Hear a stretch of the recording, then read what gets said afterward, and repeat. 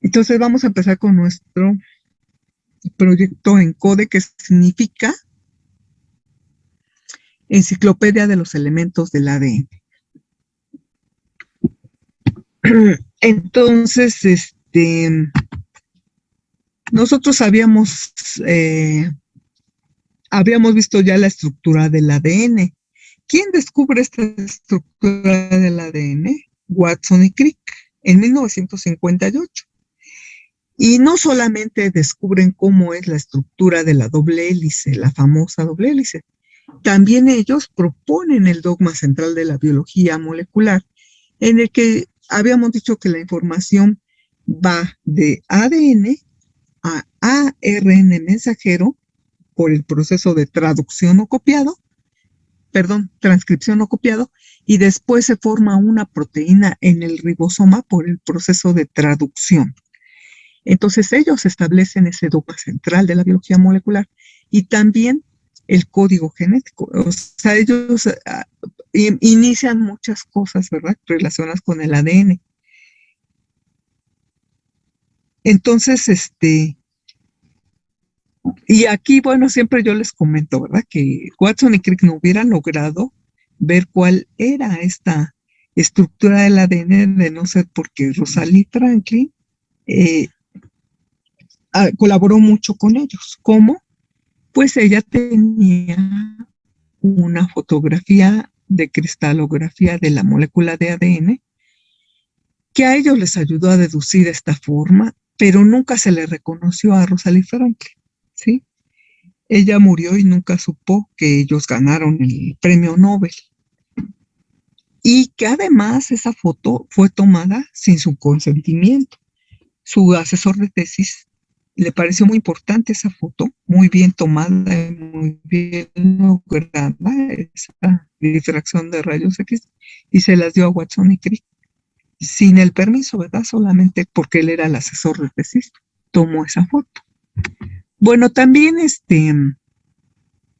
ya habíamos hablado de lo que es el código genético, que fue la tarea de la semana pasada, y que son 3 nucleótidos y cada nucleótido, perdón, 3 tripletes o codones que tienen su anticodón. Entonces, cada anticodón va a tener un aminoácido. El RNA transferencia de un lado tiene el anticodón y del otro lado el aminoácido. ¿Cuál aminoácido?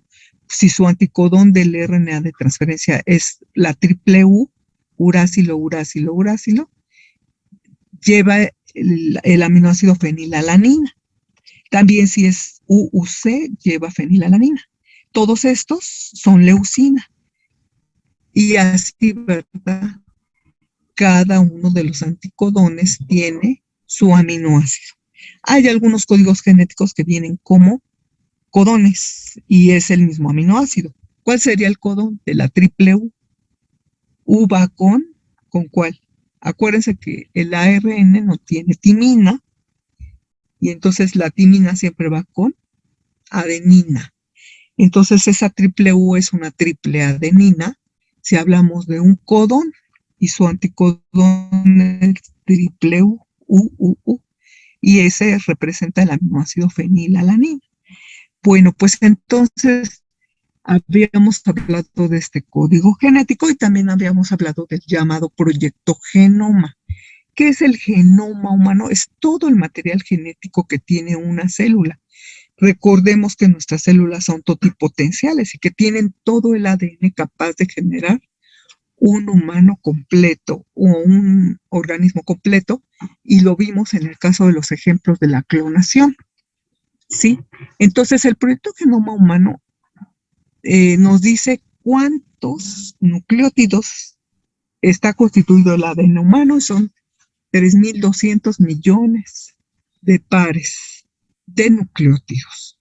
Y que esos 3.200 millones de pares de nucleótidos representan de un 22 a 32.000 genes.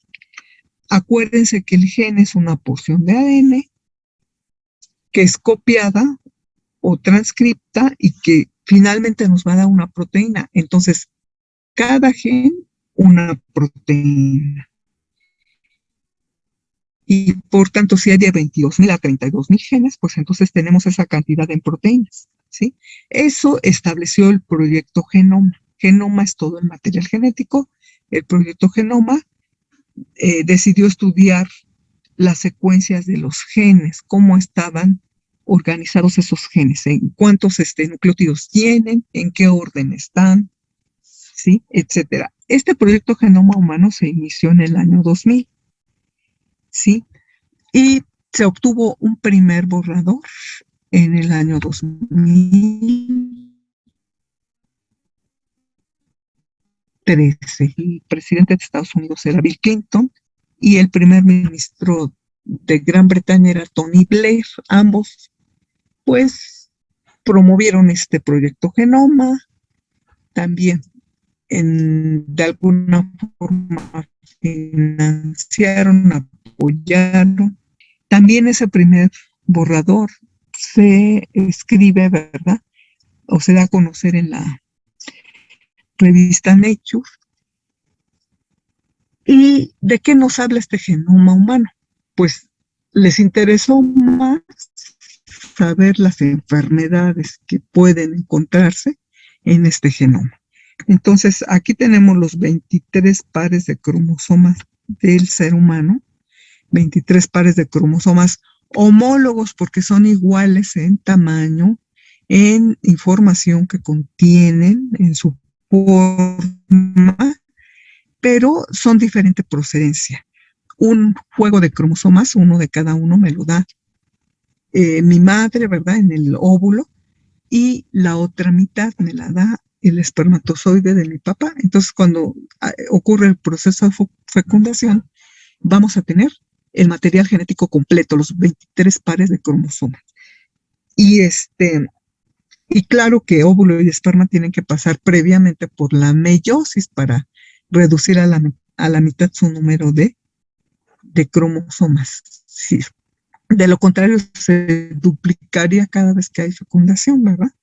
Bueno, entonces, ¿qué se identificó en estos 23 cromosomas? Si ustedes ven las partes oscuras, son los genes, ¿verdad? Entonces, cada cromosoma tiene ciertos genes. Eso en bandita, ¿verdad? Se ven bandas de genes y esos genes ya están bien localizados, hay un mapa. Se han mapeado esos cromosomas, ya se sabe cuáles son los genes que hay en cada cromosoma. Pero les vuelvo a repetir, lo que más les interesó fue ver qué enfermedades había. Entonces, por ejemplo, en el cromosoma 2 se identificó el cáncer familiar de colon, en el cromosoma 4 la enfermedad de Huntington, en el cromosoma número 12 la anemia falciforme, en el cromosoma número, en el 11 es la anemia falciforme y en el 12 la fenilcetonuria, las personas que no pueden asimilar la fenilalanina. Entonces hay varias, ¿verdad? Enfermedades que se detectaron en los diferentes cromosomas. En el cromosoma 23, en el X en específico, está la enfermedad de hemofilia, que es una enfermedad que si hay una cortada, ¿verdad? Ya no coagula la sangre. ¿Por qué no coagula? Porque falta uno de los 8 factores de coagulación. Y ese factor, ese octavo factor de coagulación, pues es dado por un gen, ¿verdad? Porque es una proteína, ese factor de coagulación. Entonces, la mayoría de estas enfermedades es por la falta de un gen o porque no se expresa ese gen. Si vemos la siguiente, es el mismo esquemita, ¿verdad? Aquí están todos los cromosomas, las enfermedades, dónde están localizadas, en cuál cromosoma. Este es un cariotipo humano. También, ¿verdad? Están organizados los cromosomas en base a su forma, su tamaño y a sus genes que contiene cada uno de los espacios negritos, ¿verdad? Son las bandas, son los genes que hay en cada cromosoma. Y acuérdense, cada gen es una proteína. Entonces, al realizar el proyecto Genoma, se dieron cuenta de que había muy pocos genes, o sea, comparado con los 3.200 millones de pares de nucleótidos, se supondría que había una cantidad de genes tremenda, pero resulta que solo había de 22.000 a 32.000 genes que codifican a proteína. ¿Qué pasa con el resto del genoma? Del 1 al 5% del genoma no codifica proteína, ¿sí? Eso fue como un gran misterio, ¿sí? Bueno, pues también aquí se dieron cuenta al realizar el proyecto Genoma Humano que no hay una relación directa entre el número de genes y la complejidad de los organismos. Esto quiere decir que puede haber especies no muy evolucionadas, pero que tienen más genes. Es el caso, ¿verdad? Si vemos el ser humano, aquí lo manejan como 27.000 genes, pero si lo comparamos con el ratón tiene 29.000 y este arroz tiene 45.000 hasta 55.000 genes. Entonces, no se relaciona tanto con la complejidad, ¿verdad? Entonces, ese es otro de los logros del proyecto Genoma. También se pudo ver en este proyecto Genoma que, por ejemplo, este es el cromosoma X, su centrómero y sus dos brazos, y cada una de estas bandas representa un gen. Cada gen es una proteína. El resto del genoma no se codifica proteína. Entonces, aquellos a los que les falta un factor de coagulación van a tener hemofilia. Ajá. Pueden también en este cromosoma está la rinitis pigmentaria y la distrofia muscular. Entonces, el hecho de no expresar un gen ocasiona que exista la enfermedad, como habíamos visto la vez pasada, la clase pasada en la terapia génica, ¿verdad? La falta de una mucoproteína quería decir que ese gen no se expresaba. La expresión de un gen es que ese gen se traduce a proteína. Si no se traduce a proteína, no se expresa. Entonces, la expresión del gen hace que no tengamos la enfermedad. Y lo contrario pasa si no se expresa. Si no se expresa, vamos a tener la enfermedad. Aquí rápidamente recordamos, como se sintetizan las proteínas, pues se abre la cadena, se copia o transcribe el RNA mensajero. ¿Por qué se tiene que copiar? Porque no puede salir el ADN. Aquí adentro se abre la hebra, se copia la información y el ARN de mensajero sí puede salirse del núcleo, puede llegar al ribosoma y en el ribosoma va a ser leídos los tripletes o codones y va a llegar el ARN de transferencia que por un lado tiene el anticodón y por otro lado tiene el aminoácido. Va a ir colocando los aminoácidos que corresponden a cada triplete y se va a formar la proteína. Bueno, pues se dieron cuenta también en Proyecto Genoma que el ADN y ARN tienen funciones básicas. Ya vimos dos. Ya vimos la dos, que es la transcripción, copiar información del ADN al ARN. Ya vimos la 5, que es esta copia se va a pasar a proteína en el ribosoma, se traduce a proteína. Pero también hay otras dos funciones importantes. Una es la duplicación o autorreplicación del ADN, que es un modelo semiconservativo.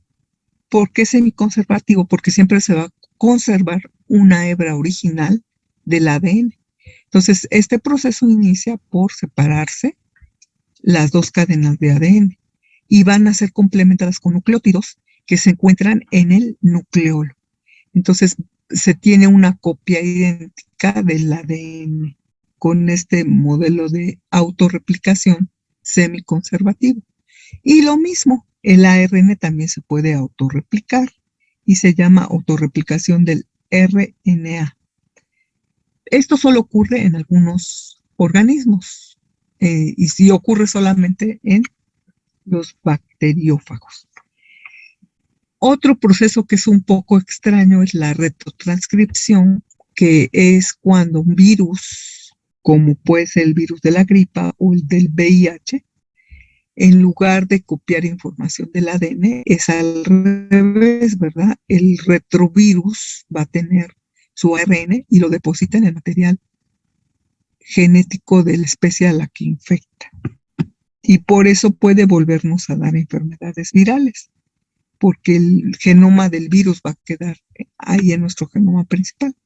Bueno, también es importante que tengamos muy presente que a lo largo de nuestra vida, muchos genes se expresan o se prenden y otros ya no se expresan o se apagan. Genes que se prenden, genes que se apagan, tanto en seres humanos como en animales y plantas, y también en hongos, ¿verdad? Entonces yo les estoy poniendo aquí dos ejemplos de cómo un insecto empieza siendo un huevecillo, después una larva, una pupa y un adulto. Cada uno de estos son diferentes. Al inicio las células son muy parecidas, pero cada célula, como vimos en el proceso de la clonación, todas las células tienen todo el material genético para producir un organismo completo. Pero, ¿qué pasa? Que estas células se van diferenciando, se van especializando para formar partes específicas del cuerpo de esta larva. Y entonces ya no se parece este huevecillo a esta larva.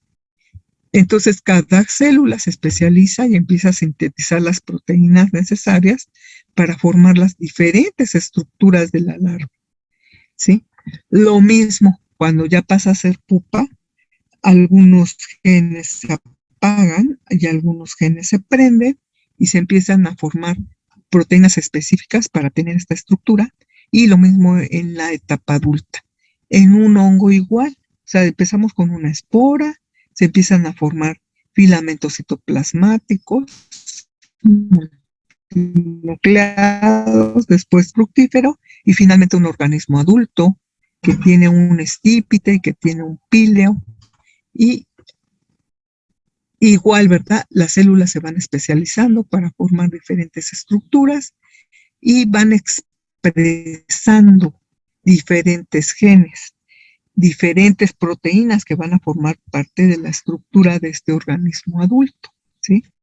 Entonces, a lo largo de nuestra vida aprendemos y apagamos genes. No somos el mismo cuerpo que teníamos cuando éramos niños. Cuando éramos niños, muchas hormonas que también son proteínas no las expresábamos, no sintetizábamos esas proteínas, esos genes estaban apagados. Y pasado el tiempo, ¿verdad? Somos adolescentes y empezamos a formar este otro tipo de estructuras, ¿verdad? Y otro tipo de hormonas, y empezamos a tener cambios en nuestro cuerpo. Cuando envejecemos también, muchos genes se apagan o ya no se expresan, ¿sí? Y bueno, las personas que llegan a la menopausia ya no van a producir ciertas hormonas, también son proteínas, principalmente estrógenos es lo que ya no se produce. Se apaga ese gen, ¿verdad? Para la producción de estos estrógenos. Entonces hay cambios en nuestro cuerpo. Ajá. Entonces,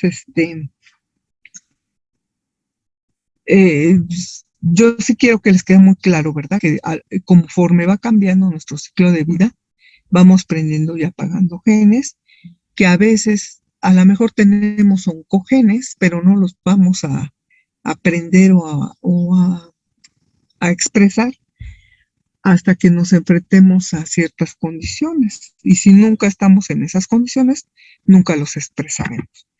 Bueno, también es muy importante, ¿verdad?, que nos sorprende a todos al estudiar el proyecto Genoma de que no todo el ADN codifica proteínas, que solo el 1 al 5%. ¿Y qué pasa con el 95% del ADN que no codifica proteína? Pues en el 72, Susumu Ohno lo llamó el ADN basura, porque no tenía, aparentemente no tenía funciones, ¿verdad? No codificaba proteínas. Entonces, ¿para qué estaba ahí? Bueno, pues resulta que todo ese ADN que antes se llamaba basura, pues es parte de nuestra historia evolutiva. Sí es importante, ¿sí? Son genes que ya no expresamos, pero que forman parte de nuestra historia evolutiva, ¿sí? Entonces, Antes se hacían la pregunta, ¿por qué hay tanta cantidad de ADN inútil?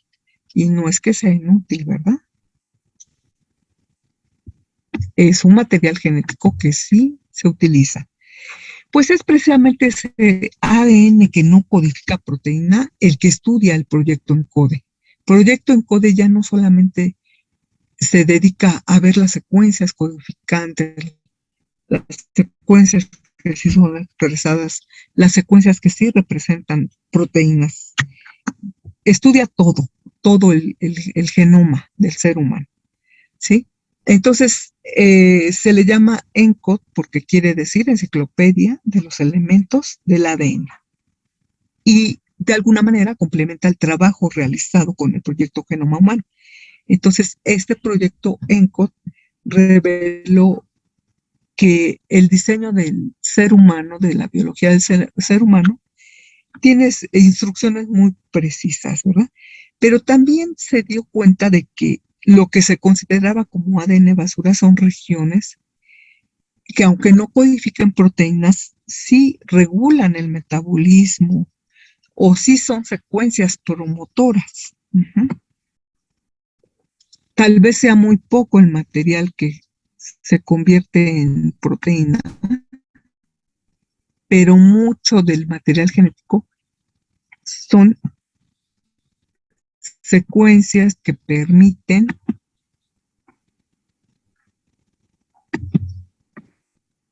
regular funciones bioquímicas. Entonces, el 80% del genoma, ¿verdad?, tiene elementos relacionados con funciones bioquímicas. Entonces, no puede considerarse que esas secuencias reguladoras sean ADN basura, ¿sí? También existe en ese ADN que no tiene codificación a proteína, secuencias promotoras. Esto quiere decir que en estas secuencias promotoras se inicia a leer los genes, ¿sí? Hay también 400,000 regiones potenciadoras que regulan esta expresión genética, controlan esta expresión. A ver, vamos a continuar. Entonces, nos queda claro que Proyecto Genoma solo se dedicó a estudiar secuencias que codificaban a proteínas.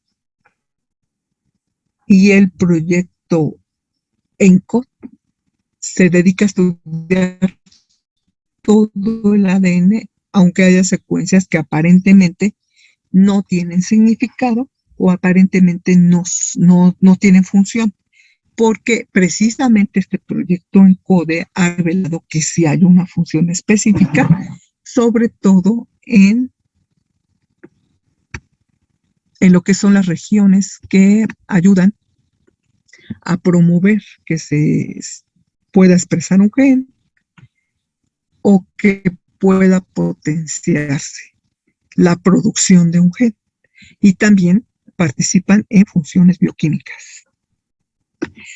Bueno, aquí lo que está representado son qué pasa con nuestros genes cuando hay una alteración, cuando hay una mutación. Aquí estamos viendo la secuencia de nucleótidos y tripletes, ¿verdad? Acuérdense que cada triplete o codón me representa un aminoácido. Entonces, CAT son 3 aminoácidos. ¿Qué pasa si ya no voy a tener CAT? Porque hubo un cambio de una base. O sea, aquí tenía yo CAT, pero aquí ya se cambió la A por la C. Ya no tengo CAT, ahora tengo CAT, CCT, CAT. Este cambio muy puntual, por eso es una mutación puntual. Este cambio ya no me va a dar el aminoácido que correspondía. Y por tanto, si ya no tengo mi secuencia de aminoácidos correcta, pues ya no voy a poder sintetizar la proteína que quería. Ya no se va a poder traducir ese gen a proteína. Y es el caso que yo les digo de la gente que es intolerante a lactosa. ¿Por qué es intolerante a lactosa? Porque le falta la enzima lactasa. La enzima lactasa puede cortar con gran velocidad el enlace que hay entre galactosa y glucosa, que es un disacárido, ¿sí? Entonces, físicamente, ¿qué pasa si no tengo lactasa, si no tengo esa enzima que corta el enlace? Físicamente nos da diarrea. Uh-huh. Entonces, para tener esa lactasa, que es una proteína, pues yo tengo que tener una secuencia correcta de los tripletes para que yo tenga la secuencia correcta de aminoácidos. Entonces, por un cambio, ya no voy a tener el aminoácido que faltaba y ya no voy a tener la proteína que necesito, en este caso la lactasa, para poder asimilar la lactosa de la leche, el azúcar de la leche, ¿sí? Ya no tengo esa enzima y me va a hacer daño. Ajá. Pero no solamente puede ser que haya un cambio de base, también puede ser que se agregue una base o que se duplique. Y entonces en lugar de tener cat, ya voy a tener cat, CAGGT. Aquí ya se agregaron dos bases que no estaban. Ajá. Y esto también me va a cambiar mi secuencia, porque ahora voy a tener un triplete CAT, pero también voy a tener un triplete KG y voy a tener un triplete GTC. Cambió totalmente mi secuencia. Ya no van a ser los mismos aminoácidos y por tanto ya no va a ser la misma proteína. Y después puede haber también una supresión, ¿verdad? Tenía yo CAT y tenía CAT. Pero aquí, ¿qué pasó? Perdimos la A y aquí se cambió la A. Aquí ya había habido el cambio, ¿verdad? De esta. Entonces, perdimos. Se perdió la alanina, la adenina, el nucleótido de adenina. Ajá. Aquí se cambió adenina por citosina, aquí se metieron dos guaninas y aquí se perdió la adenina. Y aquí cambió, ¿verdad? En vez de, bueno, no, aquí tenemos CAD y CAT, entonces se perdió, se suprimió una adenina y una timina.